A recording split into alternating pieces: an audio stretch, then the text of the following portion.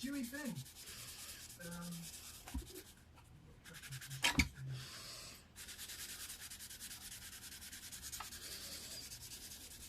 No, we've got one from Jim Leininger. Jim says, please consider doing a certain record into the show. Oh, completely doesn't. Including a new game changer business. Yeah. So, bit of a name drop. I had a meeting with Dan Heaton. I had a meeting with last week. Talking about because they're doing stuff. I was in London.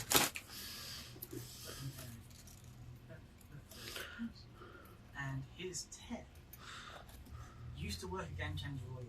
And we had a really fantastic conversation. So he's the guy that's Game coming Changer. here tonight, right? That's it. Yeah. That's it. Meeting with the Human League? That's right.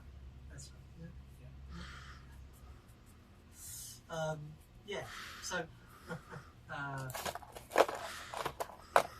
yeah. Anyway, The Scottish Rail Insulator. Feel fancy.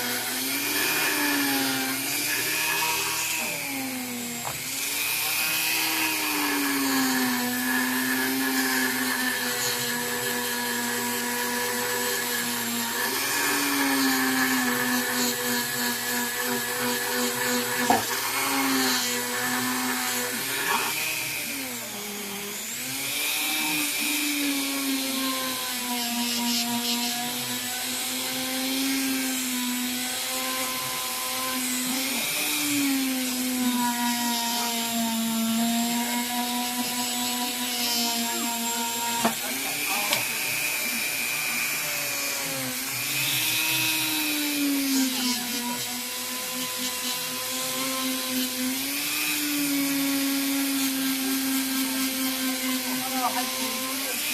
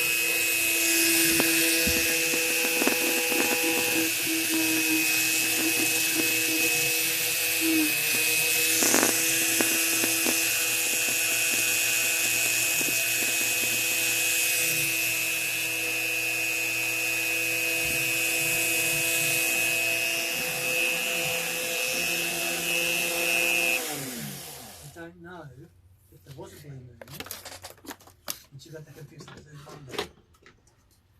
Because a blue moon happens when the full moon happens twice in a calendar month, which is very rare, happens once every 3 or 4 years. Right. Where the term once the blue moon comes from. Okay. Or, unless there happens to be an actual blue moon, where you have things like ash particles in the air that block the red part of the light so that the moon appears to be blue. That makes sense.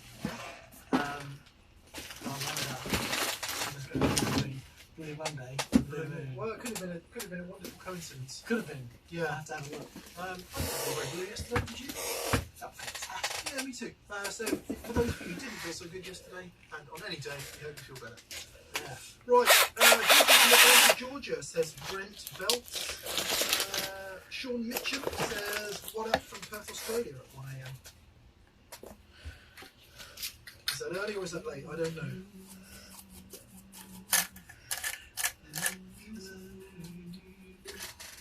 Hello from Vienna, Austria, says Marcel K. Dustin Thiessen. Morning, lads. Cheers from a blizzardy Winnipeg. You keep going. Yeah. I love the Clean Tone Show. Greetings from Forest Grove, Oregon, says Tim Chalmers. Thank you. Oregon. Gotta get there one day. It just seems so beautiful. Joseph Urbanowski says, is it remotely possible to get a good tone from an 8-inch speaker? Yes. Sure. Yeah, it does. It won't sound big and fat and massive and huge, like one of Mr. Dumble's creations. But, you know, recorded in a track. What was the speaker in the D key? Yeah, it was small. Was it a 10-inch? Don't know. Pretty small. Brian May's amp that he mixed with his Ace 30. You put enough 8-inch speakers into a cab. Yeah. You get a bass cab. A 50 by 8 cab. There you go. Yeah. And of course, Logic would dictate that it was 25 speakers high and 2 wide. Indeed, yeah, indeed. Prof Salty says, hello from Kansas City. And Bjorn Rodvalassen says, good evening from Norway. Norway. Indeed. B-side, greetings from Birmingham, Alabama, USA. Farewell Apollo. Happy noon from Canada. Canada, again, Sweden. Wade Summers, greetings from cold and blustery Southampton, Connecticut. John Channing, hello from Chile, London. How are you? John, Chile.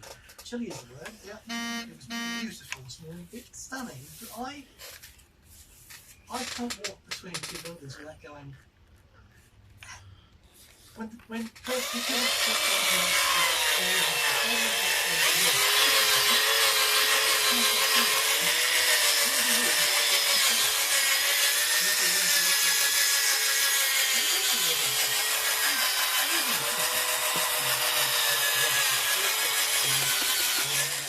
Up the hill, which was just a little magic.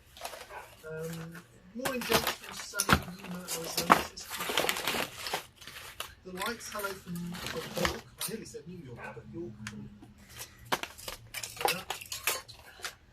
Roger, family love. Hello from Finley,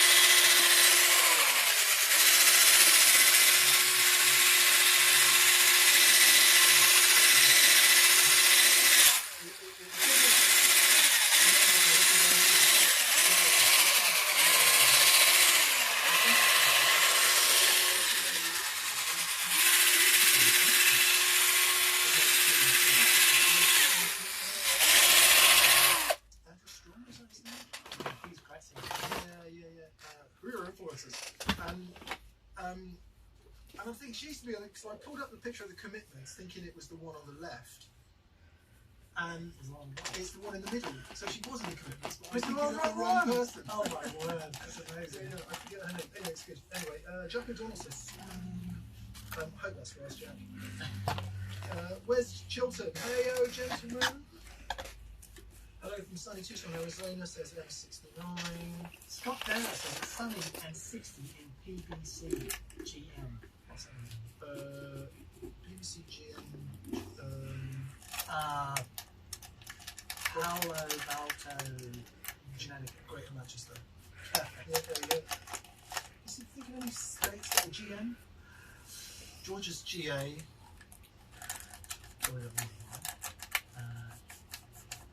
Someone will pipe in for sure. Greenwich Village. Long Island, New York, reporting for duty, says Zoot alors. Okay, I think we need to start answering questions. Apparently Marcus Reeves and Robert Keeley are in the comments. Ah, Robert, hello. We caught up with Robert last week, which was wonderful. We did. It's really funny, because obviously we haven't travelled for a long time and we really miss all of our international friends. We can't wait to be able to get out there again and just come and hang. And we've got some really beautiful people that we're very close to, and we miss very much. Robert Keeley being one of them. Yeah, and it would be nice to get on a plane again. But funnily enough, I've been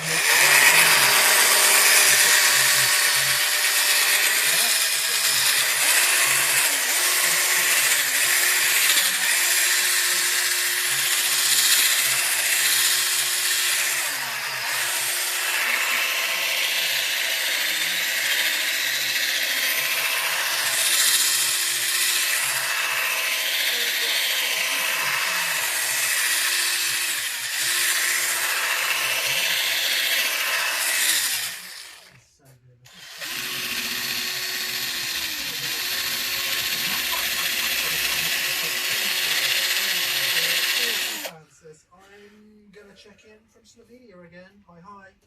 Hey guys, and congrats for 300k. Palm Beach County. Thank you very much. We appreciate 300k. We appreciate you appreciating 300k. Yeah, it's great. Route 6, we've got from Mizoram, India. Route 6. Wow, it's a truly international affair tonight, and we're very pleased about that. So, or this morning, or today, wherever you are in the world. Maybe Michigan. Sacramento. Wonderful, so wonderful. A couple of thank yous before we get into the questions. One is to BB for always being there for us. BB, thank you so much. We normally go live on Monday. Today we're a Tuesday because it was Dan's son's birthday yesterday. It was, and to everyone that sent Zach a happy birthday, thank you. It really made his day. Yeah. I think I almost got a smile. For a 15-year-old lad, Hey, that's not pretty too bad. good. That's not too Pretty bad. good. No, yeah. He had a wonderful day. So yeah, thank you everyone that sent him a birthday greeting. That was really lovely. Sorry, despite being very cold outside, it's very warm in here. So, thanks to everyone that's been to that pedal shop in the USA. Yeah. That pedal shop and bought stuff. It's a new thing that we're doing in the USA, and we're very grateful to everyone who's been there and bought pedals. So thank you. Like a t-shirt. Yeah. Check this out. We've got a new furs in green and black. Marcus, you inspired this. I'm gonna take that off. I'm gonna put this back on because I'm really cold. Yeah. Well, you are Australian. I'm Australian.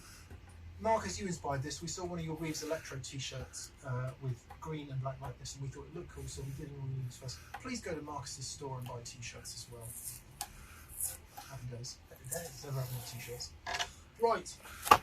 Let us get into Ross Super Chatty. We are here. First in today, I believe, was Carl Longbottom. Carl, thanks so much. Oh, cheers, Carl. Really good to hear from you, buddy. Hope you're doing well. He says, evening, gents. What are your thoughts on Firebird pickups? Are they best as a pair or mixed with different types of pickups? Your thoughts are always greatly appreciated. So I contacted my dear friend before Christmas, Dave, who was in the band with Tin Spirits, Mr. Dave Gregory, previously of XTC, who has all the Firebirds. and We're has gonna do all. And we're going to do a Firebird show. The Firebird pickup is something extraordinary paired with that guitar. So, as we've said many times, not the same as the Gibson Mini Humbucker. No, Not the same as the P90. Different thing. different thing. Yeah. They are extraordinary paired with that guitar. And Dave's got them all in the various forms. So I'm looking forward. forward. Have a go. I'm looking forward to that because admission time, I have never played a proper one in anger. Seriously. Yeah, I've played plenty of Firebirds, but I've never cranked one and twanged in the way that it should be. I think so. With the If you live can hear the dog gigs, barking, that's Rosie. with the live gigs we used to do in Tin Spirits, I think the Firebird was at least half of the numbers Dave would have a Firebird, one of several. But at the end of the night, we would play. It's a classic XTC song that come to me, but Dave's solo at the end, which would, he'd just build up this incredible solo on a Firebird, and it's something that we always look forward to. Yeah. So the times he got out of that Firebird paired with his old Matchless, Let's do it. Let's do it. unbelievable. Nice. Punalted Bum Hucker says, cheers, mates. I have a 5F2 Princeton Nice. tweed with an 8-inch speaker, and I want to try a dry wet setup with a higher headroom amp. Any tips in which direction I should go? Well, that's going to be the drive 8-inch speaker. They didn't have any speaker. Wow. 5F2 must be Well, amazing. Yeah, I mean, you can pair, if that's your dry amp, you can pair anything that's got a bit more headroom with that and use that as a wet amp and you'd be golden. It's such a specific sound. Small speaker, small box tweed is such a specific sound. The only thing that you probably wouldn't pair it with is something the same. Right. So you could go for something like a Pro Junior, which is,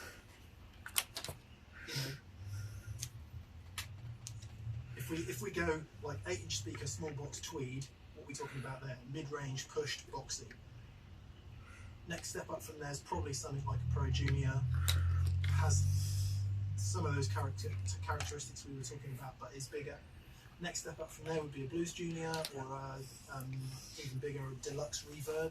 So again, we get more bass and treble frequencies, more bass response, bigger box, just fill out some of the lows and highs that for instance, not mainly focused on. Once you start getting above Deluxe Reverb, I think there's such a mismatch in the power of the amps, it would be a weird experience in terms of the kind of headroom characteristics. Absolutely, but it all depends on how you're using it. So if you look at Phil X's setup, so here you've got his 100-watt Phil X Friedman amplifier, and then on top of that he sticks his little Greer. It might be an 8-inch, it might be a 10-inch, I'm not sure, but it's like a 5-watt amp. And he says whenever he has a new sound guy, he plays a Friedman and it's just epic.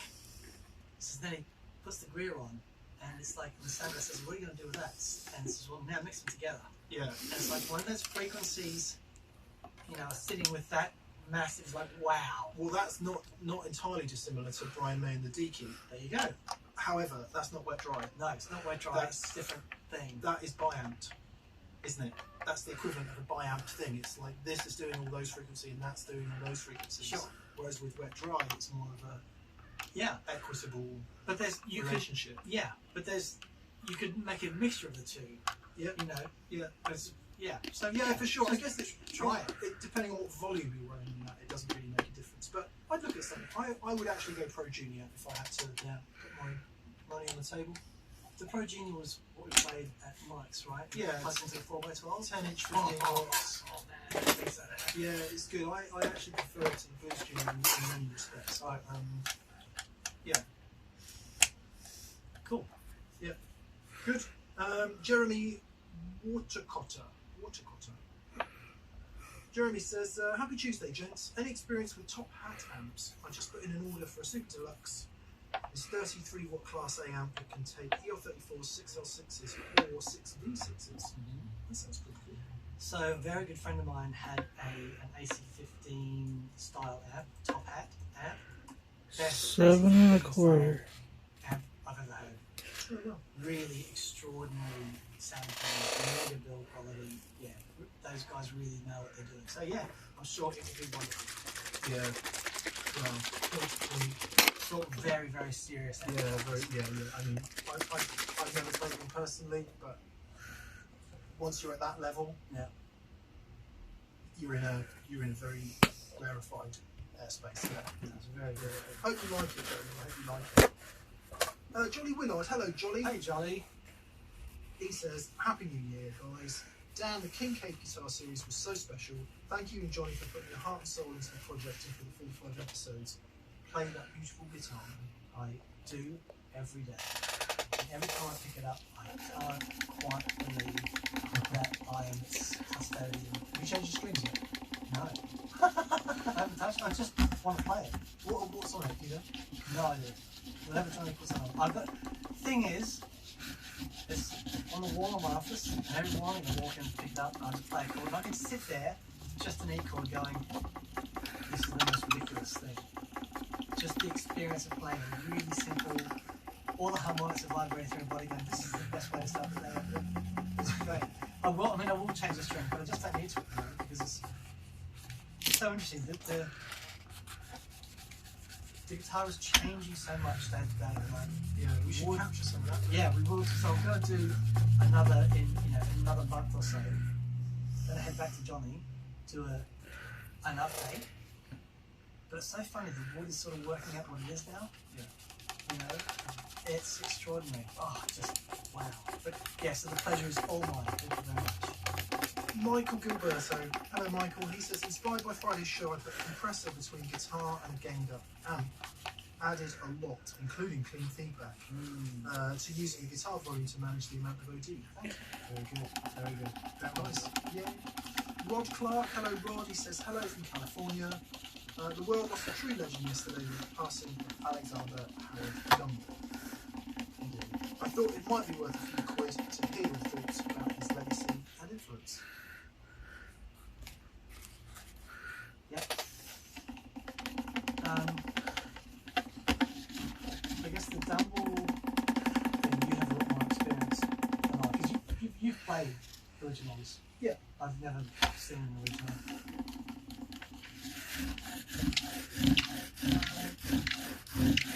Yeah, well, a lot of quite interesting. So we said at the top of the show, for anyone who doesn't know, Alexander Dumble, I think he likes to be referred to as A lot more dirt on these boards than you think. one of the very early high-end amp modders and builders out in the mid-60s. Who did he work for? I think it's hard anyway. His amps became super sought after, and he was a real, from everything I have heard from people who knew him, he's a real oddball, but he was a real sweetheart. And his passion and his love for music was deep. Was deep.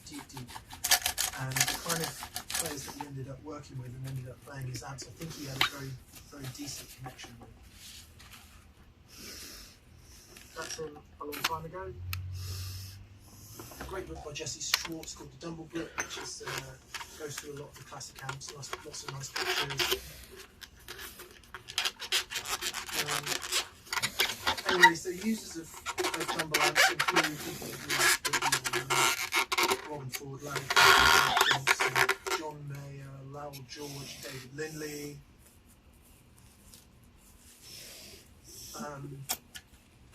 Many others. Many others. Michael Landau. Lots of my favourite guitar players as it goes. And not forgetting Stevie Ray Vaughan.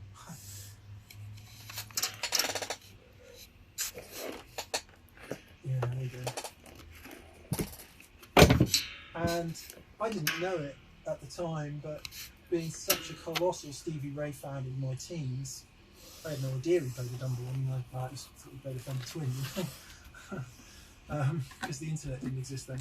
And then later I find out that he plays this amp, the Steel Twin Singer, and lots of the guitar tones that I really loved down the years are the result of Dumble amplifiers. And so yeah, he obviously was tuned in a really connected way to guitar players and how they.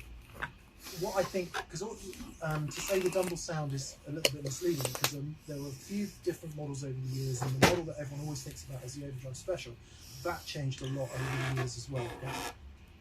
And then you've got the clean ones like the Steel String Singer and the Dumble Land. And they're different amp to amp, right? You sort of tweak them for the players. yeah, To a point. we think so. Right, I say we.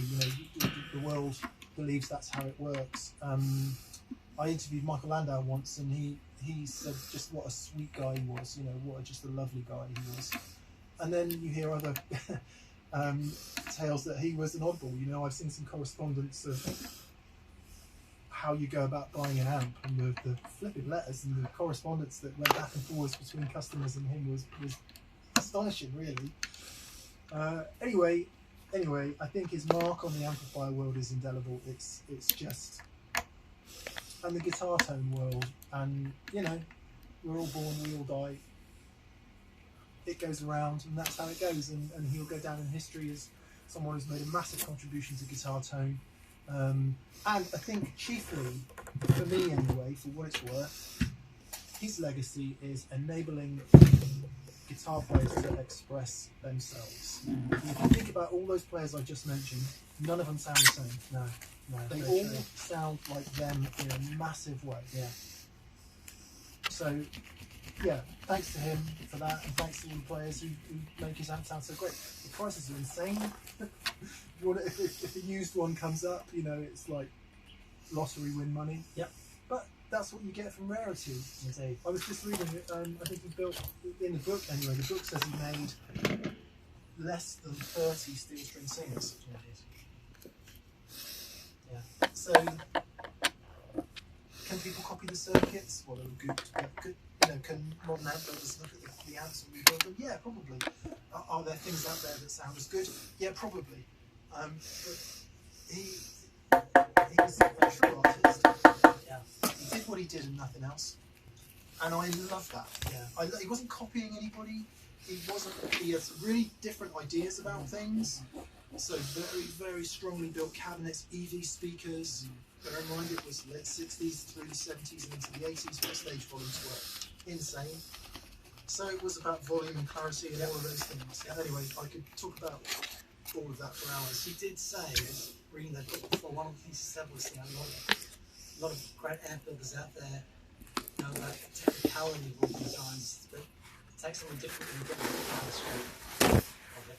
So he's definitely an artist in that sense. Yeah, amazing. Yeah. Scott Gaylor says, I was able to play about half a dozen of his amps over the years. Always very different, but all were amazing in their own right. Yeah.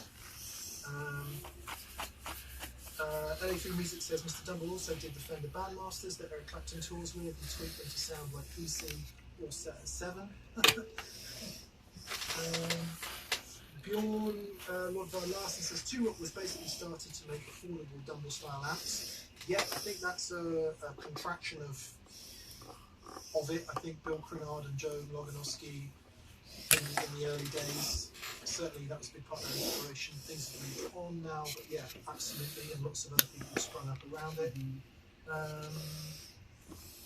And that's how I ended up at Two-Rock. That's why they're my favourite amps, because the players got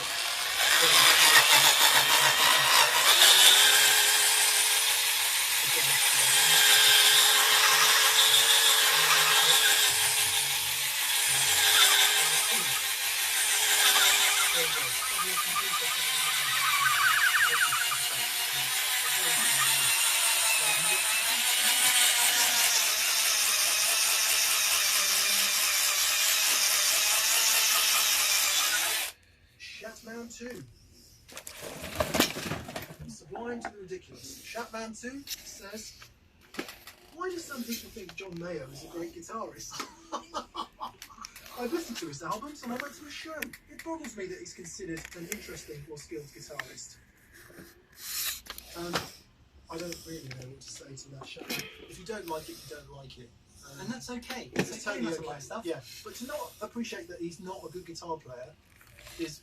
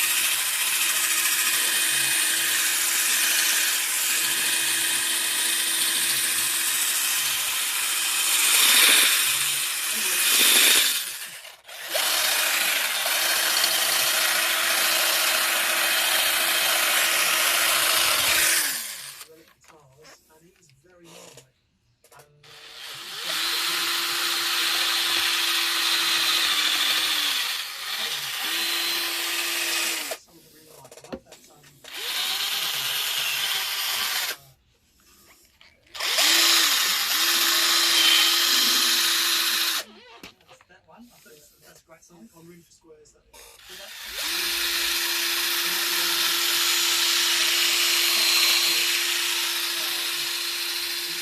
excellent guitar player. Yeah, so that's good. Brett Tozzi, greetings from Maryland. First, thanks for helping me to keep the black dog at bay. We hear you. How would I go wet dry using a 20 spray for a looper? The demonstration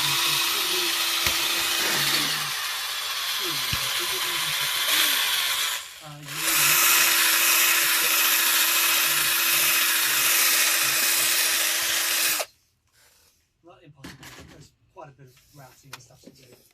So, but you just can't you do it in the same way that we do with your switches? No, but if with G2, for example, we'd have to use one of the loops to do the split. that's what I'm trying. So it's giant. No, he's saying wet dry. No, it's called a iguana tail loop. Oh, sorry. Yes, in that sense, what you need to do is put a splitter in one of the loops. So you think of the signal path, and you choose all the effects that you want to go to both amplifiers, and then the loop after those effects, you put a splitter in. One side goes back into the looper, and the other side goes off to the amplifier. You want to keep what we call dry. So let's say you have your gain tones going to both amplifiers. And then the signal from the splitter that goes back into the looper is then fed back into the wet effects. And then from there, that will go into the wet amplifier. Important to be able to isolate the signal that goes to the dry amplifier and flip the phase so that you get them in properly in phase. Yeah, but that's quite a simple way to do it. Dan makes a unit called the Humdinger that will do that. In addition to that, you could use any ABY switcher that has gram lift on one of the outputs and phase reversal possibility. If you're at all confused, go back through the video list for that pedal show. Anything we've done on wet dry, it's going to take you a few minutes, but call up the video, open up the description, and in the description there'll be a list of timings for things that happen in the video, and somewhere there it will say diagram on one of those videos, and there will be diagrams in those videos that will highlight that for you. It doesn't matter what type of switcher you use. If it's a single, if it's a loop switching device, the theory is exactly the same. So whether it's One Control, one of Dan's ones, a Boss one, or anything else, if it doesn't have parallel split in the unit itself, which most of them don't, you need to do what he just said, add the splitter into one of the loops, which also means that loop has to be on all the time. Yes. Good luck. Good luck, mate. Elusive Moose. About this hoose says, greetings. It's a goose. I'd love to see you try two Boss OD3s versus a Nobles ODR1. Similar EQ, but I think Mick will find the slightly more focused mid-range in the Boss better for his strats. Pretty please.